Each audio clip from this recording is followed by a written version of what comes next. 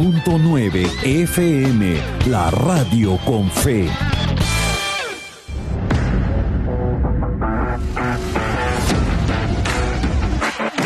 Bueno, estamos con la doctora Mónica Yaya. Le han sacado un eslogan que dice Yaya nunca falla. Vamos a preguntárselo y vamos a ver.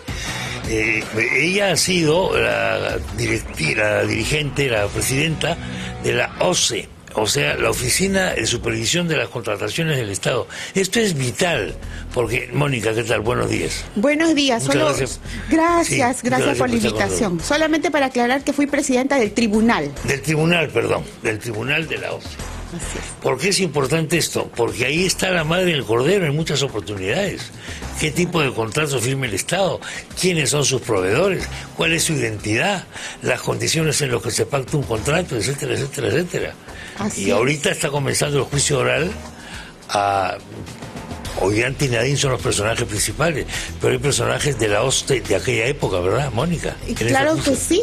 En el juicio oral que cuyo inicio acaba de ordenarse, no solamente están incluidos Nadine Heredia y Ollanta Humala, sino también Rocío Calderón Binatea, que integró el Consejo Directivo del Organismo Supervisor de Contrataciones del Estado. ¿Y por qué es tan importante? Y como tú dices, ¿por qué es la madre del cordero el Organismo Supervisor de Contrataciones del Estado? Porque este organismo supervisa todas las licitaciones, todas las contrataciones, todas las consultorías, las multimillonarias licitaciones que convoca el Estado, y por lo tanto el OCE supervisa cada año aproximadamente 45.000 millones de soles. Entonces, 45.000 millones de soles pasan anualmente por los ojos de la OCE. De OCE. Ellos deciden si alguien apela, a quién le corresponde la buena pro, si por ejemplo anulan un proceso donde el que ganó la buena pro no era el postor favorito. Entonces, ese lavado de activos por el que en estos momentos ya están siendo juzgados Nadine Heredia, Ollanta Humala y quien integró el Organismo Supervisor de Contrataciones del Estado, Rocío Calderón Binatea, debe incluir también la investigación y debería inmediatamente revisarse los archivos del Organismo Supervisor de Contrataciones del Estado, porque los funcionarios que dejaron allí, Nadine Heredia, Ollanta Humala y Rocío Calderón Binatea, continúan dominando el OCE. De los 12 vocales del tribunal, 6 fueron designados por Ollanta Humala Tazo y no pasaron el examen de conocimientos. Están de modo precario, ocupando desde el año 2015 puestos de vocales en el OCE, decidiendo a quienes les corresponde la buena pro. ¿De dónde salen los activos que ahora son objeto de la investigación por lavado de activos? Sale de allí. Y justo el mismo Organismo Supervisor de Contrataciones del Estado se ha hecho de la vista gorda con las contrataciones de los familiares de Aníbal Torres Vázquez y de Pedro Franque. Entonces, estos funcionarios del OCE que sirvieron a Odebrecht, que se hicieron de la vista gorda con lo de lavado de activos, continúan ejerciendo funciones como si nada, pese a todas las denuncias que hay. Claro, un poquito sobre la función de estas personas, ¿por qué es tan importante? Es decir, todo contrato pasa por el escritorio de estas personas, toda licitación. Así es, porque el Organismo Supervisor de Contrataciones, todas las licitaciones... Que dará lugar a un contrato. Así es, que dan lugar a un contrato, son supervisados, porque así dice la ley, el Organismo Supervisor de Contrataciones del Estado supervisa la correcta aplicación de la ley y el correcto uso de la OCE. ¿Qué puede encontrar en una licitación, por ejemplo? Por ejemplo, lo que acabamos de encontrar sobre impedimentos de un hermano, de un ministro para contratar con el Estado. O, por ejemplo, que un grupo de empresas se rifen prácticamente las mayores obras del Perú, como sucedió con el Club de la Construcción, por lo cual también en estos momentos están siendo multados por Indecopi, ¿no? Entonces, OCE tiene la capacidad, la información y los técnicos suficientes para advertir cuando los procesos están direccionados hacia un postor que ha sido el favorito. ¿Cómo se chequea si una determinada licitación se le otorga a una persona con familiares en el aparato del Estado? La declaración jurada de intereses que deben publicar los ministros o los altos funcionarios deben contener, y para eso también está Contraloría, la relación de todos los familiares y las empresas que tienen estos familiares. De allí, esa información que tiene Contraloría, que tiene el OCE, organismo supervisor, se cruza con la información del Estado que tienen en RENIEC y en registros públicos. Ese cruce de información da lugar a determinar si esas personas impedidas de contratar con el Estado están o no contratando con el Estado. Ahora, expliquemos a la población por qué están impedidas. Porque el hecho de ser familiar de un ministro los pone en una situación de privilegio, les da más información y los beneficia frente a todos los demás proveedores del Estado. Claro. En otras palabras, eso es de rutina, ese chequeo tiene que hacerse no porque yo lo denuncie, digamos, sino porque eso tiene que... Es tan de rutina y tan práctico como hacer un ceviche. Exactamente. Así. Y yo me imagino que hay procedimientos ya automatizados, ¿no? O sea, por ejemplo, el nombre tal, salta tal nombre. Y ellos tienen esa información de manera privilegiada, claro, porque los funcionarios, por ejemplo, yo para acceder a la información de registros públicos, tengo que gastar de mi dinero, pagarle a registros públicos para que me dé, para esta investigación de Aníbal Torres, por ejemplo, he gastado aproximadamente unos 500 soles en pedir certificados hasta obtener el certificado de la vigencia del poder del hermano de Aníbal Torres. Esa información la tiene en segundos y gratuitamente el OCE. Porque eso está registrado. Así es. ¿Cuánto demora esa información? En mi caso demoraron en entregarlo, lo solicité un viernes y me fue entregado el lunes en la noche. El lunes en la noche.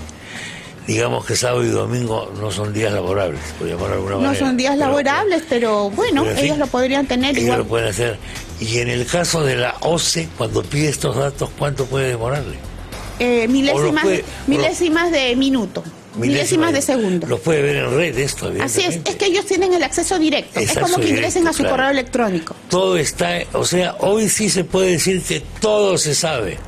Todo se sabe. Por la red. Ellos sobre todo. A los ciudadanos nos cuesta saberlo. Claro. Ellos lo saben. Entiendo. Pero simultáneamente, la presidenta ejecutiva de OCE, que se hizo de la vista gorda con los contratos del padre de María Antonieta Alba, con el contrato de los hijos del ministro Franque, del actual ministro de Economía, el que pide el presupuesto para a todos los peruanos, nos pide dinero a través de los impuestos para gastarlo supuestamente en bien de los peruanos, ¿no? Es decir, la presidenta ejecutiva de OCE, que dejó pasar el contrato del padre de María Antonieta Alba, que dejó pasar el contrato de los hijos del actual ministro Pedro Franque, que dejó pasar el contrato del actual ministro de Justicia Aníbal Torres Vázquez, ha recibido, luego de esta omisión de sus funciones, un préstamo de 200.000 soles de Servir, que depende de la presidencia del Consejo de Ministros, para que se vaya a estudiar a Inglaterra. ¿Te das cuenta cómo hay un círculo de favores? Eso es una cosa tremenda, es una bomba. Es una cosa terrible, o por lo menos un círculo de situaciones que merecen la inmediata investigación del Ministerio Público. El Ministerio Público tiene que intervenir, por menos ha intervenido. Por supuesto. Por menos que esté intervenido en otros casos. Eso que está diciendo, Chema, es absolutamente importante, ¿no? Porque nos demuestra la falta de igualdad que hay entre los peruanos.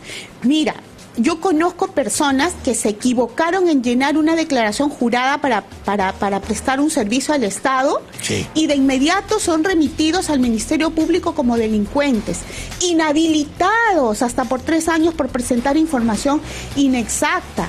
¿Y qué pasa con los familiares de los ministros? ¿Qué pasa con los ministros? El ministro Aníbal Torres Vázquez ha participado en sesiones de consejos de ministros en donde ha dicho que todos los peruanos estamos obligados a vacunarnos. ¿Por qué?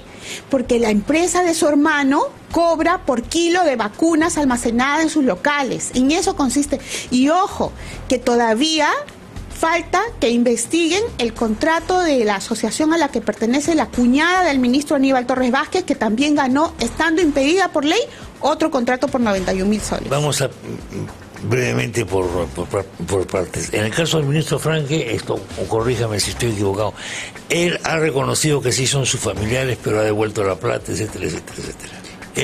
El hecho de haber reconocido ya quiere decir que hay una ilegalidad y un indicio de un delito. Okay. Porque Pedro Franque... ¿La devolución de la plata ganada no cambia eso? No cambia eso. No cambia eso. ¿Por qué no lo cambia? No cambia como por ejemplo, que alguien entre a nuestra casa, la violente, saque nuestras computadoras, se lleve las cosas y después de una investigación policial y... me pague lo que se ha llevado. Me devuelva lo que ya se llevó, lo que ya usó, lo que ya aprovechó, ¿no? Y además incumpliendo la ley. Tengamos en cuenta que el organismo supervisor de contrataciones del Estado depende del ministro de Economía y Finanzas. O sea, la misma información que tiene el OCE la tiene el ministro de Economía y Finanzas en su escritorio. Y él decide en qué se va a gastar la plata. Claro, por supuesto. Depende qué significa. Es un organismo del Ministerio de Economía y Finanzas. Así es. ¿Pero tiene autonomía o no tiene autonomía la OCE?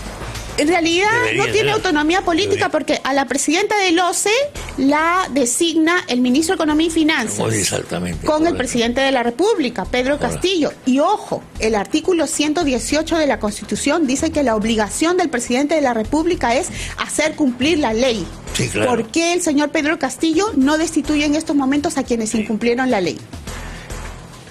Ministro Torres ya lo mencionó, ¿no? Sí, ya lo mencionamos. Falta también que se revise el contrato de su cuñada con el Estado. ¿De cuánto estaríamos hablando en este caso? En este segundo caso de 91.000 soles. ¿Y en los anteriores? En el anterior 14 caso? millones de soles. Claro. 14 millones de soles. ¿Por qué es importante?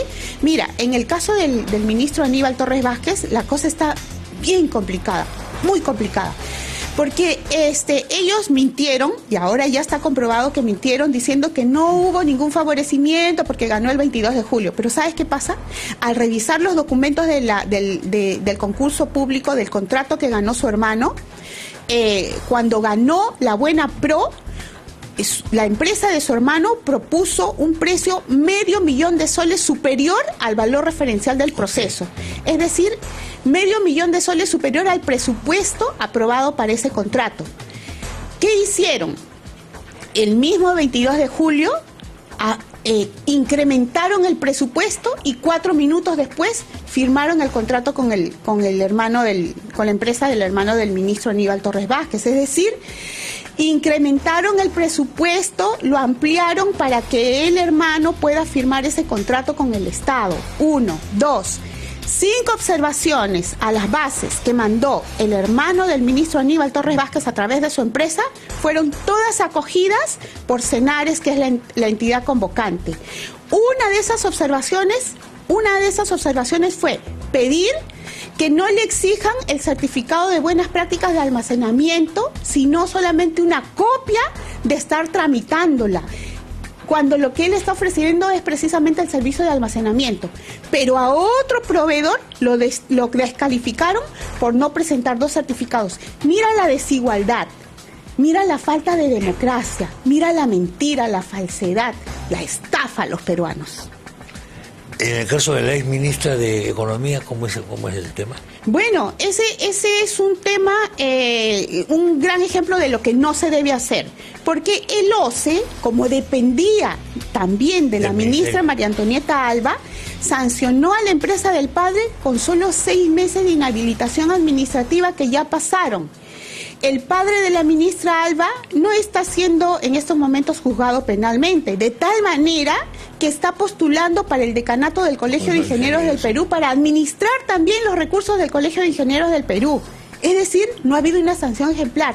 Consecuencia de ello es que el ministro Franque y el ministro Aníbal Torres Vázquez también siguen sentados en sus puestos como si nada.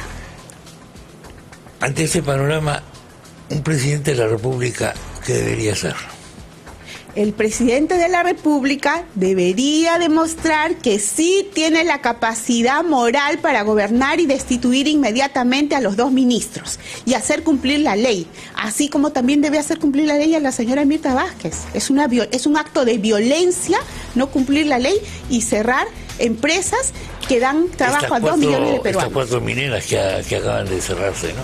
Mira, así es. Parece que no se ha seguido, porque parece que la causal ha sido en todo caso el daño ambiental, pero no se ha seguido el procedimiento normal para Así preservar es. los puestos de trabajo, digamos, Para por eso lo menos, existe, ¿no? para eso existe la ley, y si la ley no es correcta, modifíquenla, pero no la alteren de manera violenta. El presidente Pedro Castillo tiene que demostrar, en los casos ya comprobados de corrupción en la contratación de los familiares Franque y Aníbal Torres, defraudando al Estado y defraudando al pueblo, el presidente Pedro Castillo tiene que demostrar que tiene la capacidad moral para gobernar y destituirlos.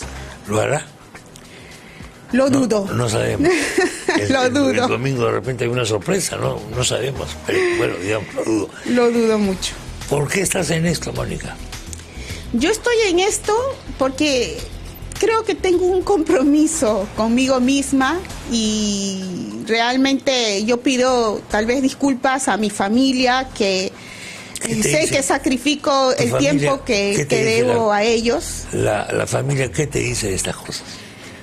Al inicio, que me cuide mucho, que y no les faltó razón, ingresaron a mi casa y se llevaron las computadoras, solamente las computadoras de mi casa y de mi oficina.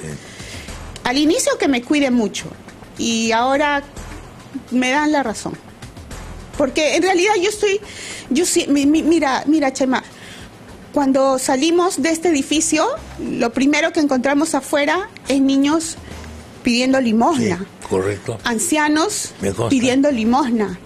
Ayer recibí la llamada de una madre de familia que tenía a su niña de 15 años gritando de dolor, en peligro de muerte por apendicitis en el hospital, en el hospital del Callao, no me acuerdo en estos momentos del nombre. Entonces, yo lo que creo que nuestra población, la ciudadanía debe entender es que estos actos de corrupción no significa solamente que unos ministros trataron de hacerse los vivos, sino que estos actos de corrupción toman ese dinero que necesitamos para satisfacer las necesidades de educación, de alimentos, de salud de nuestros hijos.